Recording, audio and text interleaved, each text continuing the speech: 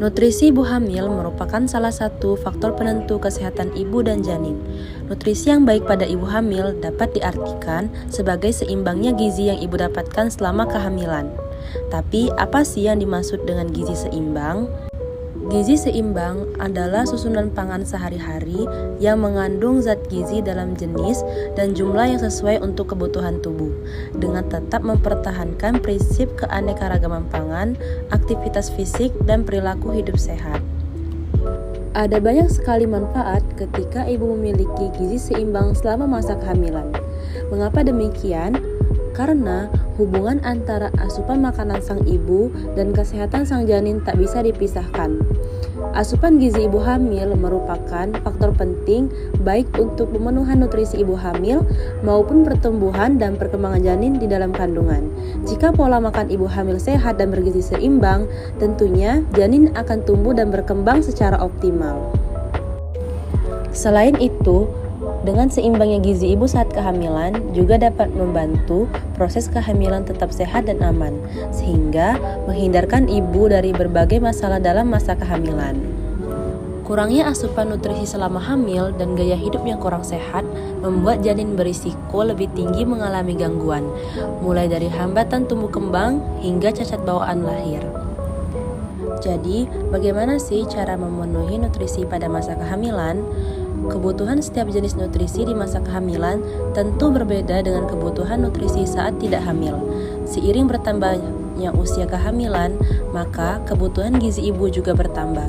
Hal ini dikarenakan adanya perkembangan dan pertumbuhan janin. Pada masa kehamilan, ibu memerlukan tambahan 300 kalori dari makanan, terutama di trimester kedua dan ketiga. Zat apa saja yang diperlukan saat hamil, yaitu pada trimester pertama yang dibutuhkan saat hamil adalah asam folat. Asam folat tersendiri berfungsi untuk pembentukan sistem saraf pusat termasuk otak. Contoh makanan asam folat yaitu sayuran berdaun hijau. Kemudian ada juga asam lemak tak jenuh. Asam lemak tak jenuh berfungsi untuk tumbuh kembang sistem saraf pusat dan otak. Contoh bahan makanannya adalah ikan laut. Kemudian ada vitamin B12. Vitamin B12 berfungsi untuk perkembangan sel janin. Contoh bahan makanannya adalah telur, daging ayam, keju, dan susu. Kemudian ada vitamin D yang berfungsi untuk membantu menyerap kalsium dan mineral, zat yang penting yang diperlukan oleh tubuh di dalam darah. Contohnya adalah ikan salmon dan susu. Pada trimester kedua yang dibutuhkan pada saat hamil adalah vitamin A. Vitamin A ini berfungsi untuk metabolisme, pembentukan tulang, dan sistem saraf.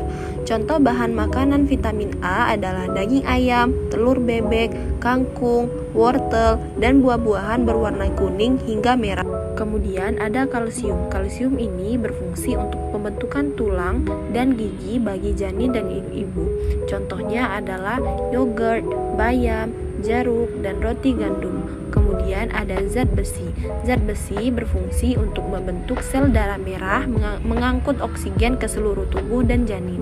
Contohnya adalah kacang-kacangan, sayuran hijau, daging sapi, hati sapi, dan ikan.